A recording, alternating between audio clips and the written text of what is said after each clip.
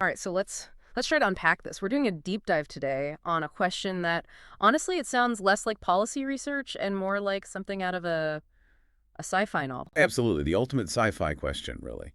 Can a machine, an algorithm, truly have the authority to decide who lives and who dies? And the research we pulled together today, it confirms that the discussion around autonomous AI weapons is, well, it's no longer a theoretical exercise. It is immediate and, frankly, deeply disturbing. Right. So our mission today isn't just about the tech. We want to sort of bypass the specs and jump straight into the moral abyss here. Into the legal chaos. Yes, the legal chaos that just erupts when a decision to kill is delegated to code, and what it even means to surrender that kind of moral responsibility. And you just can't overstate the urgency. The sources we looked at, they confirm the shift from academic papers to the actual battlefield. You're talking about the Turkish drone incident? I am. The Kargu-2 drone operating in Libya, that's when the debate became very, very real. Because it moved the whole conversation past the drawing board. Precisely.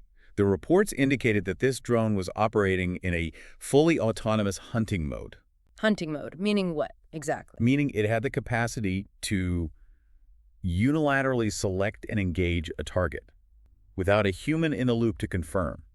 This isn't future tense anymore. This is now. Okay, so let's define our terms. When we talk about an autonomous weapon, we're talking about a robot, a drone. That can do three key things: identify a target, analyze it, and then attack it. And it does all of this at a speed that is just far beyond human reaction time. And that speed, that accuracy, it leads us straight into this very paradoxical argument for using AI in combat. The idea that a machine could actually be a more ethical warrior than a human Sounds completely wrong, I know. does. I mean, Yeah. that feels so counterintuitive. How can a lack of humanity possibly be an improvement on a battlefield? The rationale, and you have to follow the logic here, it all hinges on removing emotion. Think about it. Robots don't get angry. They don't feel fear. They don't, want revenge.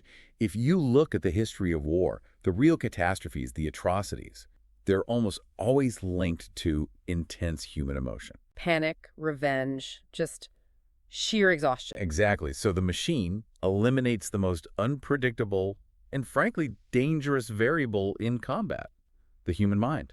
So the robot, with its strict, dispassionate rules of engagement, it could, in theory, lead to fewer errors, less suffering overall. That's the core argument that proponents in the military and tech make. A machine just follows the rules perfectly, no matter how terrifying it is on the ground. But I have to push back on that. Is the total absence of emotion always a good thing? I mean, isn't a soldier's hesitation, their fear, that little moral alarm bell, isn't that sometimes the only thing that stops catastrophe? You've hit on the exact counter-argument. A machine that's, I don't know, too courageous because it feels no fear. Couldn't that be more dangerous? Just executing every single command without question. That is precisely the fatal flaw that the critics point to. That lack of human intuition, that gut feeling, that moral hesitation. So this is where we move from a technical discussion, and this is something more like a philosophical panic.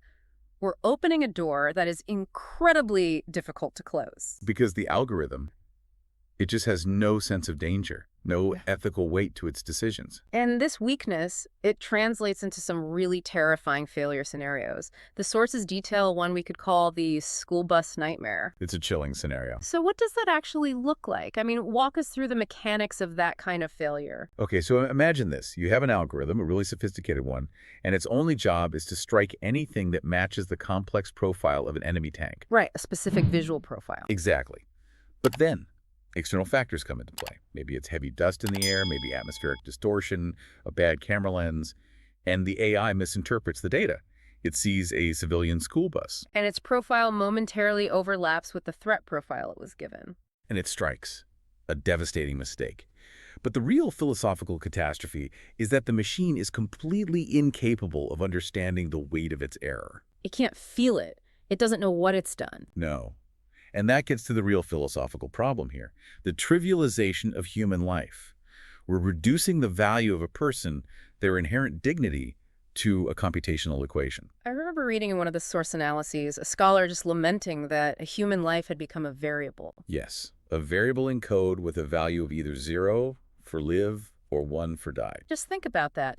The machine applies the same cold logic to taking a life as an algorithm deciding which ad to show you online. It has zero concept of the difference. Can any equation, no matter how complex, truly grasp what it means to take a life? the idea of irreplaceable loss. I think we can all agree that's a line we should not cross. Which brings us to the most immediate practical problem from that school bus nightmare. Accountability. Exactly, the accountability gap. If that mistake happens, who is held responsible? Who goes to court? And this is where we enter a legal maze. A really complex web where the blame just sort of scatters and disappears. The sources lay out three main parties. Okay, let's start with the programmer, the person who wrote the code. Their defense is simple. I just executed the requirements of the contract. They followed the specs. They'll say the code in a vacuum was perfect. Hang on, but if the code they wrote led to something catastrophic, they can't just say, I was just following orders, can they? You'd think so, right. But legally, they hide behind intent and specification. Their argument is always, I built the hammer, the user decided how to swing it. Okay, so then you go to the user, the state or the military that deployed it. What's their defense? They can claim the machine acted independently, that it was an unforeseen, emergent consequence of the AI's own decision-making process. The machine went rogue. Essentially, yes. It became an actor unto itself outside of human orders. And then you have the third party, and they claim the AI is just a tool, a very sophisticated tool, but a tool nonetheless, like a rifle. They'll say the user, the state, is responsible for how it's used. Yeah, everyone points to everyone else. And we've created a perfect legal circle where the responsibility for the death, it just vanishes. It disappears into a legal black hole. That's it. That is what the researchers call the accountability gap. It's a void where responsibility dissolves, creating this massive loophole for devastating mistakes. And this whole situation gets even worse when you consider what modern AI actually is. This isn't static code we're talking about. No, that's the crucial next step. We're dealing with evolving intelligence. New generations of AI, they learn. They self-develop based on thousands of new data points. So their decisions aren't just based on the original programming. Not at all. They're the result of emergent learned behavior. Which makes the blame game almost impossible. If the AI learns a new tactic that leads to a mistake, whose fault is that learned behavior? It breaks the entire chain of command for responsibility. The programmer didn't code for it. The military might not have even known it developed that preference. It forces us into a huge philosophical leap. Away from simple liability and into the idea of agency. Which introduces this very heavy concept, the moral agent. And a moral agent is just any entity that can be held responsible for its actions. Exactly. Think about it this way.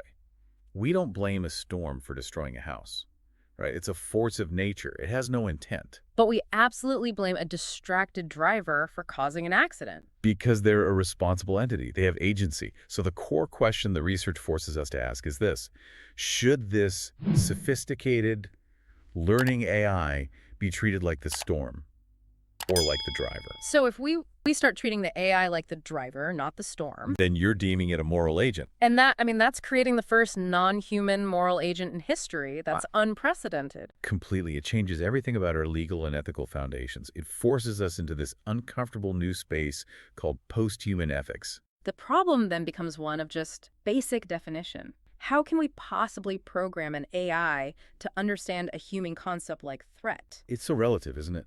A threat is completely contextual. What one culture sees as an existential threat, another sees as legitimate self-defense. It depends on history, on politics. And if we can't even agree on a universal definition, how can we possibly code it for a non-human intelligence that has zero cultural context?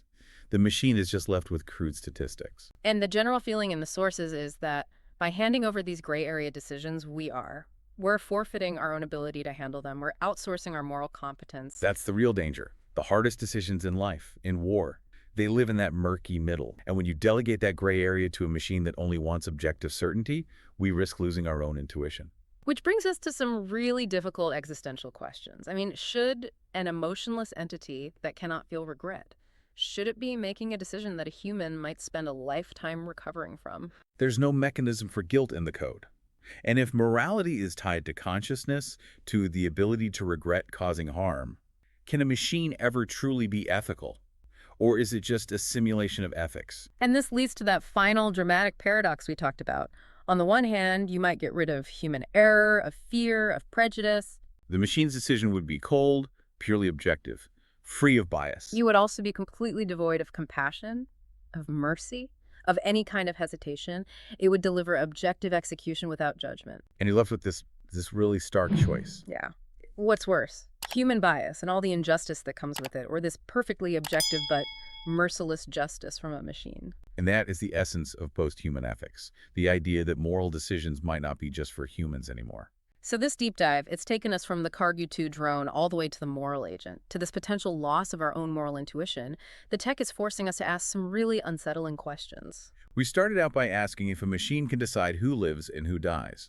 But after exploring the accountability gap, the idea of learned behavior, It leaves you with a much deeper, more troubling question, I think. With every single bit of authority we hand over to these algorithms, are we still the ones deciding? right, what part of our essential humanity are we just giving away in this chase for perfect, emotionless decisions? And that leaves us with a final thought for you to consider.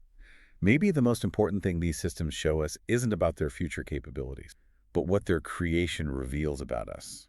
Are we trying to build a logical, non-feeling version of ourselves? One that's free from our own frailties and fears? Or are we in fact building a being that's capable of the coldest, most merciless action possible? Because it reflects our own deepest fear of what we're capable of when you strip away empathy. In a way, the machine is just holding up a mirror,